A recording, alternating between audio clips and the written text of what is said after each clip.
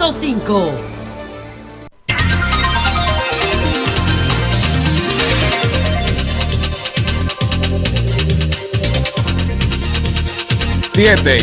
Siete en punto de la mañana. Buenos días, dominicanos, dominicanas, ciudadanos, ciudadanas del mundo. Julio Martínez Pozo. Los comentarios de los temas más importantes en el programa de mayor influencia de la radio y la televisión nacionales. En este lunes 8 de junio, año 2020, buenos días a todo el equipo del Sol de la Mañana, toda la audiencia de Sol, la teleaudiencia de Telefuturo, Canal 23, las personas que siguen nuestros contenidos a través de las redes sociales y las teleaudiencias de los canales Teleuniverso y el canal 24 de Santo Domingo. A partir de las 9 de la mañana, pues transmiten el Sol de la Mañana. Buenos días a todos y a todas. Entonces, señores, estos son nuestros temas de la agenda del día de hoy.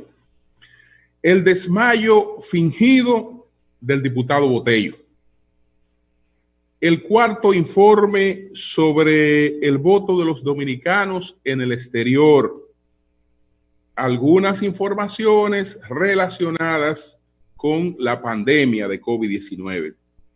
Una pregunta a propósito de un debate que sostuvimos el pasado viernes aquí en el Sol de la Mañana.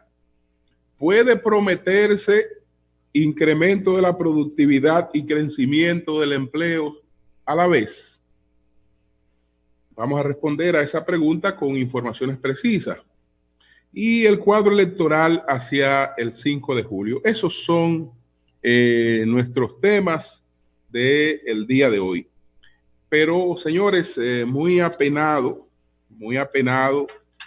por el fallecimiento del padre de nuestro querido amigo, colega, Rafael Díaz, el comentarista deportivo del Sol de la Mañana, Rafaelito Díaz. Su padre, don Lino Díaz, falleció pues en el día de ayer, o en la noche realmente fue en la noche del sábado que falleció el don Lino Díaz, el padre de Rafael Díaz, de Rafaelito Díaz. Don Lino padeció un derrame cerebral, se le presentó un cuadro sumamente difícil.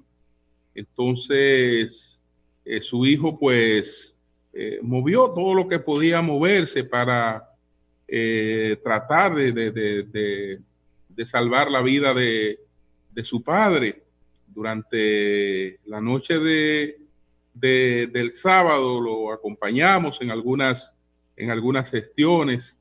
Quiero agradecer a Chanel Rosa Chupani, el director del Servicio Nacional de Salud, sábado en la noche, desde que hicimos contacto con él, pues hizo todo lo posible porque don Lino estaba en una clínica. Hay situaciones difíciles ahora con las clínicas y eso, y el cuadro que estaba, pues, digamos, en el que estaba, parece que allí no habían las herramientas, los mecanismos para tratarlo a tiempo. Entonces, con Chanel Rosa Chupani conseguimos que fuera buscado a la clínica y trasladado a Secanó, donde se le podía pues llevar a una UCI, tratar de salvarlo después de un derrame cerebral. Y aunque se movió todo de inmediato y pudo estar en Secanó, gracias también al doctor Federico Núñez, el director de Secanó, por las formidables atenciones, pues lamentablemente no se pudo salvar la vida de el padre de Rafael Díaz, pues don Lino Díaz. Rafael, pues nuestras condolencias tanto para él, para sus hermanos, y la satisfacción que ha de tener Rafael de que pues todo el amor del que es merecedor un padre, un progenitor, Rafael Díaz, me consta, se lo proporcionó a su padre. No hay cosa que él no estuviera dispuesto a hacer para tratar de ver a su padre feliz y con salud. Pero bueno, esa es una ley, eso es una ley de la vida. Entonces, señores, miren, vamos inmediatamente con los temas que enunciamos en la agenda. El primero fue lo del diputado Botello.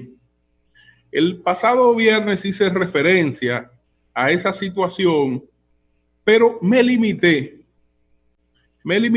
al enfoque que tenía que ver con la aglomeración que él produjo y con la actuación frente a esa aglomeración. Entonces yo destacaba que la misma gente que criticó muchísimo al gobierno y a las autoridades, porque en el caso del Peregrino se permitió la aglomeración y las autoridades no la dispersaron, entonces ahora hubo una aglomeración, un acto que desafiaba las medidas que son necesarias para tratar de controlar la pandemia del COVID-19 y las autoridades actuaron como correspondía. Y me quise quedar ahí sin calificar lo otro. Tenía digamos, la intuición de que eso pudo haber sido un show, etcétera, etcétera, pero no pasé hacia allá. Y no pasé hacia allá porque yo no emito opiniones, digamos, si no están basadas en cosas que haya podido comprobar. Pero Marilena Núñez, que había observado bien los videos y había buscado opinión y que tiene sus fuentes en este sentido, sí dijo en su comentario de ese día que en base a lo que ella había observado, yo no había visto los videos siquiera, en base a lo que ella había observado, aquello le parecía un show montado. Bueno, señores, ella tenía razón porque se trató de un show montado por el propio Botello, que con esto deja evidenciada su falta de, digamos, de calado para encabezar lucha alguna. Desde que se inició lo que yo he denominado como un falso debate, he dicho que si hubiese interés en que el tema de este proyecto de ley caminara con posibilidades de aprobación en la Cámara de Diputados, desde luego que el vocero no iba a ser Botello, porque Botello es un vocero para temas de confrontaciones y de agitaciones que otros no pueden asumir, aunque lo apoyen, pues entonces se sirven de él como vocero, no necesariamente gente de su partido, porque también dije que si fuera un tema del bloque de Botello, tampoco habría tenido trascendencia porque se sabe que no tenían la posibilidad ni siquiera de colocar el tema en la agenda, que desde luego habían otros apoyos detrás de este tema y lo habían. Pero esa vocería, una de las cosas que le dan el carácter de falso debate al tema es justamente la vocería de Botello. Es decir, el hecho de que Botello sea el vocero de esa reclamación, te dice a ti que ahí no hay sustentos realmente como los necesarios para que un tema avance y llegue a aprobación en la Cámara de Diputados. Y aquí esto se comprueba una vez más. De manera que este tipo de cosas, lejos de ayudar, desde luego, lo que demuestra es que aquí pues hay charlatanes que se prestan a cualquier cosa. Y más que estamos en campaña. Entonces, si usted encuentra un tema de campaña y una serie de cuestiones, pues para adelante. Pero ya hay que moverse con mucho cuidado, porque es que aquí todo termina, aquí y en el mundo, todo termina pues delatándose, determinándose realmente cómo se ha producido. Entonces, nada, él cree que le tomó el pelo a la sociedad, que se burló de la sociedad. No, él se burla del mismo. Él se burla del mismo y le quita peso a lo que él mismo pueda estar planteando o sustentando. Él no se ha burlado de nadie, él no ha engañado a nadie. A nadie ha engañado él con esto. Absolutamente a nadie. Bueno, eso es lo que tiene que ver con este asunto del señor Botello. El cuarto informe sobre las elecciones en el exterior. Sobre las elecciones en el exterior. Ese informe es de ayer. Ese informe de ayer, el cuarto informe sobre las elecciones en el exterior. Yo voy a buscar básicamente un cuadro, porque sobre el tercero fui muy amplio y detallé un resumen de cada una de las comunicaciones de los países, pero yo creo que ahora podemos avanzar con mayor precisión con un cuadro que nos dice, hasta ahora, cuáles países han aprobado y cuáles países no. Entonces, dominicanos, ¿dónde pueden votar el 5 de julio?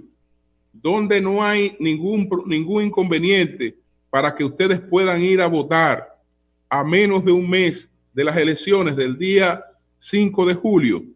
Bueno, hay la autorización para el voto de los dominicanos en el exterior, en Antigua y Barbuda, en Argentina, en Aruba, en Austria, en Bélgica, en Costa Rica, en Estados Unidos, en Boston, en Miami, en Lynn, en Nueva York, en New Jersey, en Providence, en Grecia, en Guyana Francesa, en Nicaragua, en Puerto Rico y en Suiza. Es decir, he mencionado 18 lugares en el exterior donde no hay inconveniente para que se monte el proceso del 5 de julio y los dominicanos puedan ejercer su derecho al voto en el exterior. Incluso puedo aclarar del caso de New Jersey, que New Jersey en este informe que se envió ayer, New Jersey aparece como indeterminado aún, pero eso es en el informe, porque después de haber sido enviado el informe que tiene la Junta, llegó la comprobación de New Jersey. Es decir, que cuando estamos hablando de que se comprobó en New Jersey, aunque usted al leer el informe vea que New Jersey estaba indefinido, esa comprobación llegó ayer mismo a la Cancillería y ya New Jersey está del lado de los lugares donde se puede ejercer el derecho al voto, dentro de estos 18 lugares que he mencionado. Entonces, estados y ciudades que aún no dan anuencia. Bueno, Canadá no ha dado la anuencia aún, puede llegar hoy, puede llegar mañana, aún no la ha dado. Chile tampoco, Ecuador, España, Pensilvania, Washington, Italia, Luxemburgo y Reino Unido. Esos lugares, esos 9 lugares, aún no han dado la anuencia para el voto en las elecciones presidenciales y congresuales del 5 de julio. Estados y ciudades que aún no emiten opinión ni respuesta. Alemania, Curazao, Holanda, Panamá y San Martín. ¿Cuál es la diferencia entre los 9 que cité anteriores y estos 5? Los 9 anteriores son estados en que ya el asunto está apalabreado, en que ellos han pedido información, se le ha suministrado la información y el tema está caminando, aunque aún ellos no han emitido la audiencia. El caso de estos 5 que mencioné ahora, no ha habido ni siquiera una respuesta a las comunicaciones, que son el caso de Alemania, Curazao, Holanda, Panamá y San Martín. Así estamos para las elecciones en el exterior, con 18 lugares donde ya están autorizadas estas elecciones, con 9 que están pendientes de autorización y con 5 que no han dado ningún tipo de respuesta a esta situación. Entonces, yo reitero mi posición con relación al tema de las elecciones en el exterior. En todos los lugares donde no hay problema, donde está la anuencia para las elecciones deben realizarse independientemente de la suerte donde no puedan realizarse. Nadie está obligado a lo imposible. Y en todos los lugares se están haciendo la tramitación y esto se está trabajando hora a hora. Y hay también un empeño de la Junta Central Electoral para que eso se logre. Precisamente cuando el candidato Luis Abinader hizo la famosa llamada del pasado martes al presidente de la Junta Central Electoral, el presidente de la Junta Central Electoral, entre otras cosas, le informó a Luis Abinader que tenía planeado un viaje al exterior para culminar en algunos lugares el tema del voto de los dominicanos en el exterior. Y es ahí donde el señor Abinader le dice, no, pero usted no se puede ir. Usted tiene que responderme antes de poner un pie fuera de la República Dominicana. Y ahí se acalora un poco la discusión, que en principio fue revelada en buena tinta del Diario Libre y que fue confirmada pues por Orlando Jorge Mera aquí en El Sol de la Mañana. Entonces, esa es la situación del voto en el exterior hasta este momento, con el 4º informe que la Cancillería de la República Dominicana rinde al Pleno de la Junta Central Electoral, que fue el informe remitido el pasado viernes en la tarde. Entonces, ¿qué tenemos en relación con la pandemia del COVID-19? Entre otras cosas, saludar el retorno al país de 51 dominicanos que se encontraban varados en Perú y en Colombia. Esos dominicanos regresaron en un vuelo coordinado por la Cancillería, es decir, fueron traídos por el gobierno a la República Dominicana a través de coordinaciones con la Cancillería, los consulados y las embajadas, tanto en Perú como en Colombia. Y regresaron en el día de ayer esos 51 dominicanos al territorio de la República Dominicana. En el boletín número 80 ya teníamos 95.511 pruebas. Y entonces, de esas pruebas, tenemos unos 19.600 casos que han dado positivo de COVID-19. Pero afortunadamente, de esos 19.600 casos positivos, hay 12.007 que ya se recuperaron. Y entonces tenemos en la República Dominicana una circulación activa de 7.055 casos de COVID-19, 7.055 casos de COVID-19. Este informe está basado, el último, pues en 2.291 pruebas de PCR y la letalidad se mantenía en 2.74%. Esa es la situación de lo que tenemos que ver de lo que tiene que ver con la pandemia. Ya veremos cómo continúa el plan de la desescalada. Justamente el nuevo plazo vence el próximo fin de semana, y desde luego que la única manera de mantener la gradualidad de la desescalada es de forma controlada. Si no se sigue el ritmo de controlar la desescalada, pues indiscutiblemente que nosotros podemos experimentar un retroceso muy lamentable. Yo no veo razón alguna para poner obstáculos en la gradualidad de la desescalada. ¿Por qué? Porque estamos presenciando todos que el país ha ido en un proceso de apertura. Entonces, sigamos apoyando ese proceso de apertura de manera controlada, y esa gradualidad no afecta para nada las metas que tenemos en lo inmediato. Por el contrario, ayuda a que esas metas se consoliden. Los dominicanos tenemos que ir a las urnas el próximo 5 de julio. Tenemos que ir a las urnas el próximo 5 de julio.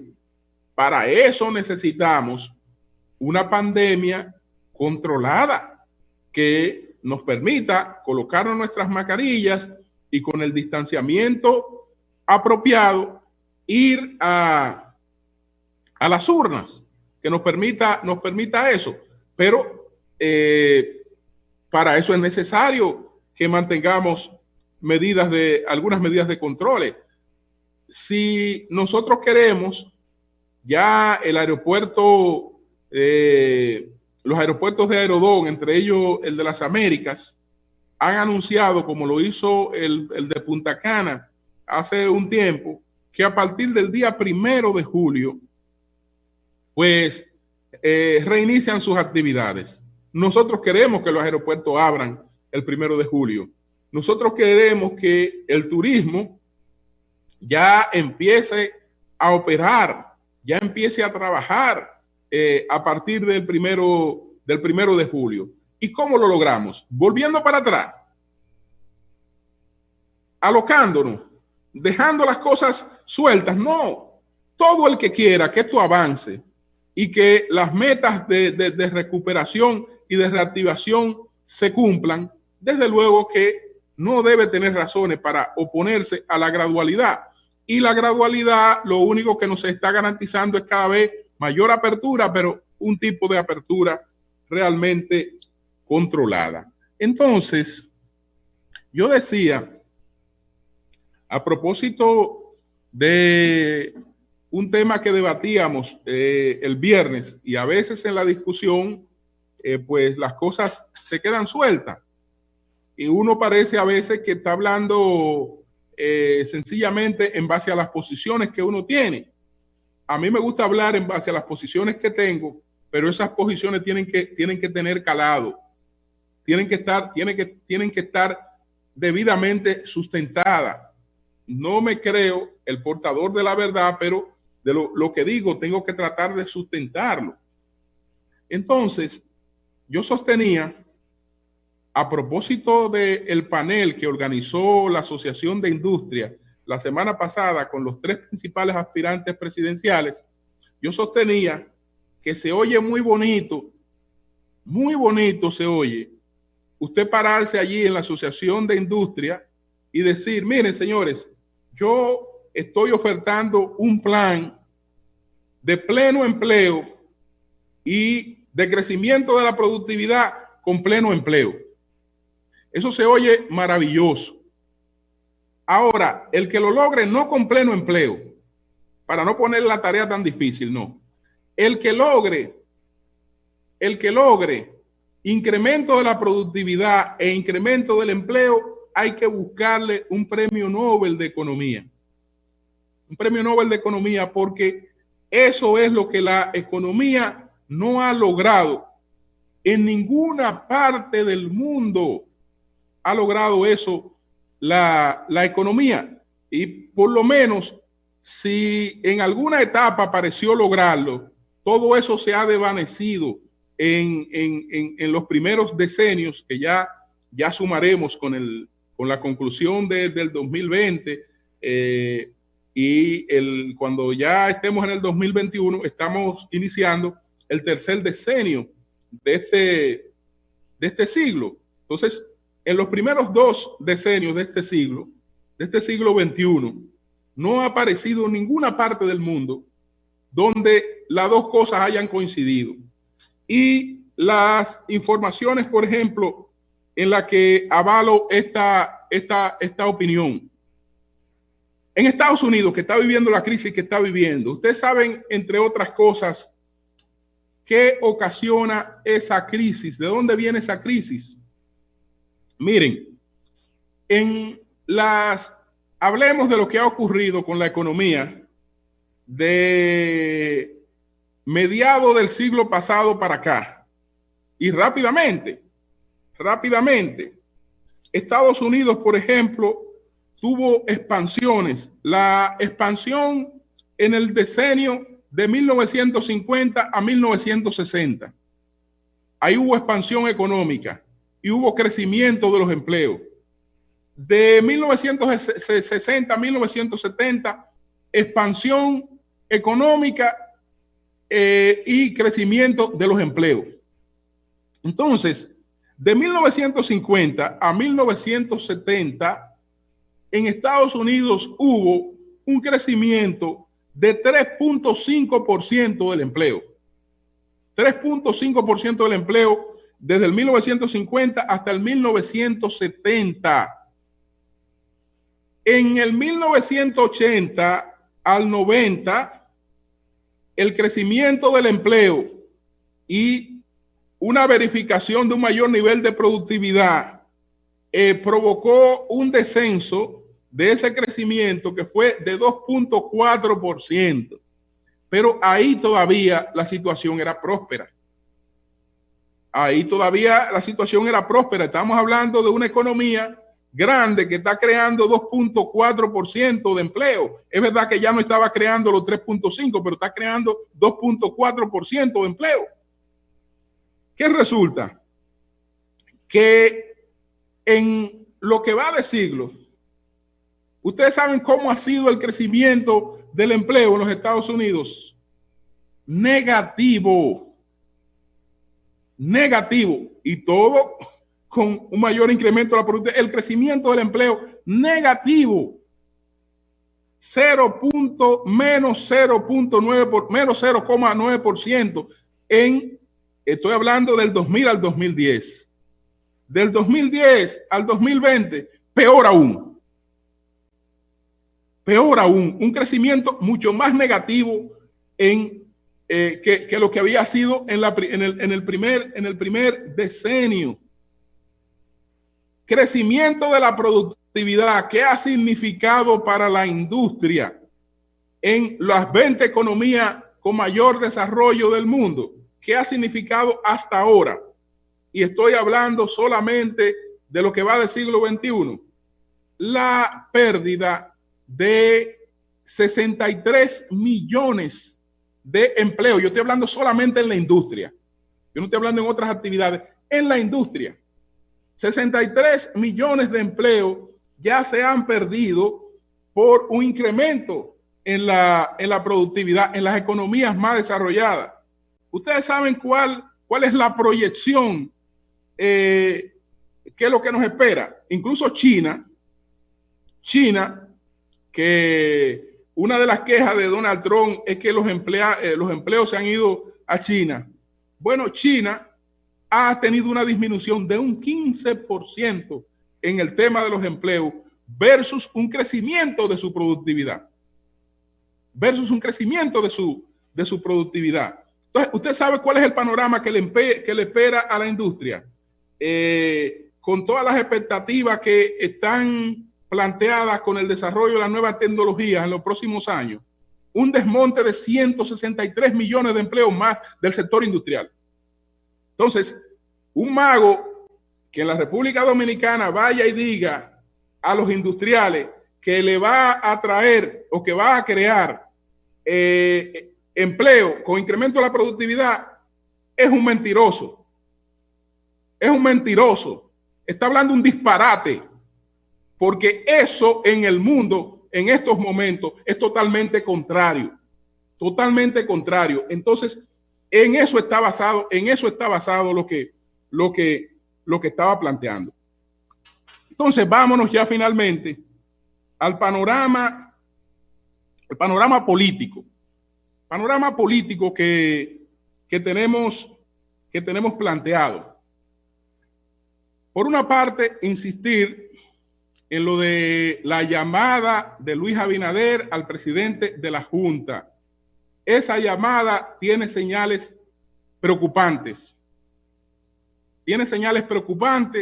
Una llamada similar había provocado, entre otras cosas, no el colapso del voto electrónico, porque ya sabemos por el informe de la OEA que eso fue por negligencia de la Junta Central Electoral. Pero el colapso del voto manual, que no debió ser arrastrado por el colapso del voto electrónico, sí está asociado a una llamada. Entonces, esa llamada fue muy similar a esta llamada a la que ya nos hemos hecho referencia. Y lo que está planteando ahí el PRM, realmente es prácticamente un boicot a la celebración de las elecciones del 5 de julio. Señores, el PRM, y Orlando lo dijo claramente aquí, entre otras cosas, está planteando que en los colegios electorales, que cada mesa no baste con un delegado y un suplente, que debe haber un delegado y un suplente por la candidatura presidencial, un delegado y un suplente por la candidatura senatorial y un delegado y un suplente por la candidatura a diputados, que ese es el mandato de la ley y que con ese mandato de la ley tiene que cumplirse. Bueno, sabemos que el panorama que eso crearía, pues llevaría a que tengamos en cada mesa una aglomeración fija totalmente innecesaria y contraria a las medidas que debemos tener, al protocolo que deben tener esas elecciones para no constituirse en una fuente terrible de contagio de COVID-19. Entonces, el argumento es que, bueno, ese es un mandato de ley. Ah, perfecto. Pero las elecciones había que celebrarla el tercer domingo de mayo, no por un mandato de ley, sino por un mandato de la Constitución. Y ese mandato de la Constitución, por una pandemia, no pudo ejecutarse. Entonces la Constitución está por encima de la ley y hay cosas de la Constitución que no han podido llevarse a cabo porque la pandemia lo ha impedido.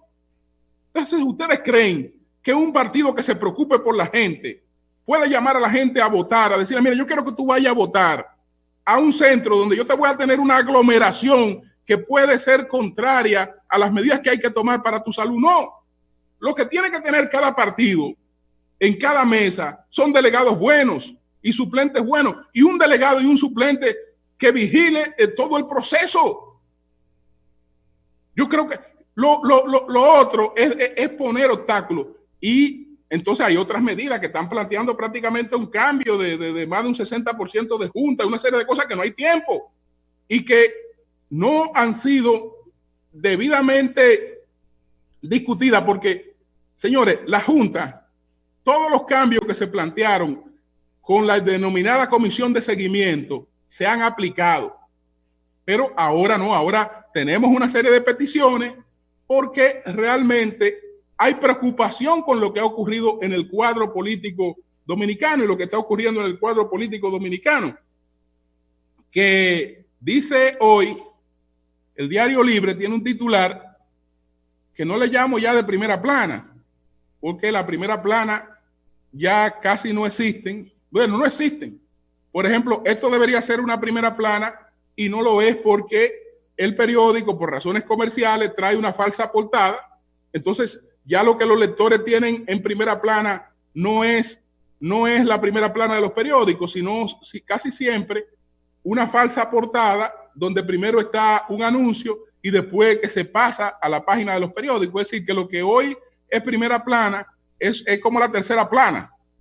Es como la tercera plana, lo que le llamamos primera plana es como tercera plana ahora. Pero dice el Diario Libre que se enciende la pelea por el segundo lugar. Leonel le entra a Gonzalo.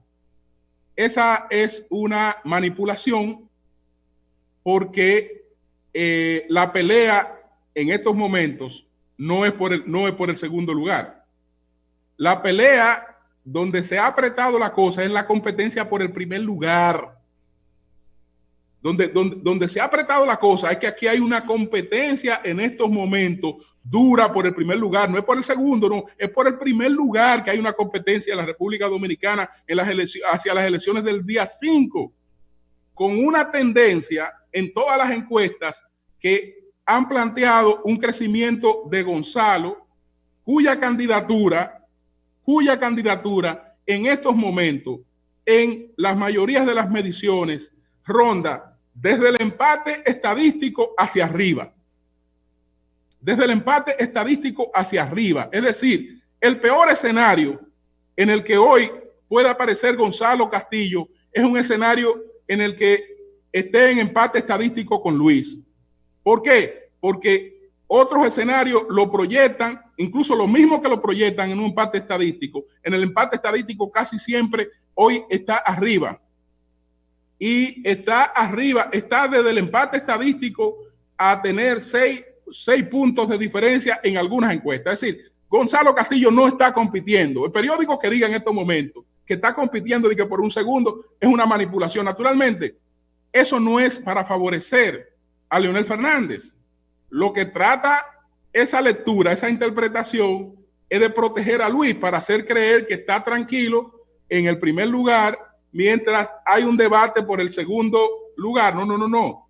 El debate aquí entre PLD y PRM, lo que se están debatiendo en estos momentos, lo que está polarizada en estos momentos es la lucha por el primer lugar en la República Dominicana. Ahora, en esa polarización, ¿qué trata de lograr Leonel Fernández? Leonel Fernández trata de lograr un lugar en el debate, un lugar en la conversación.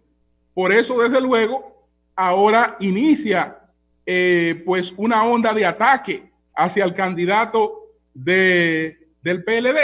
¿Pero qué busca Leonel? Participación. ¿Qué busca Leonel? Que la polarización no se lo trague. Porque solamente en encuestas de ese mismo grupo, en la que nadie cree, porque hay que estar loco para que alguien crea que Leonel tiene un 30 o un 35% y que está en segundo lugar.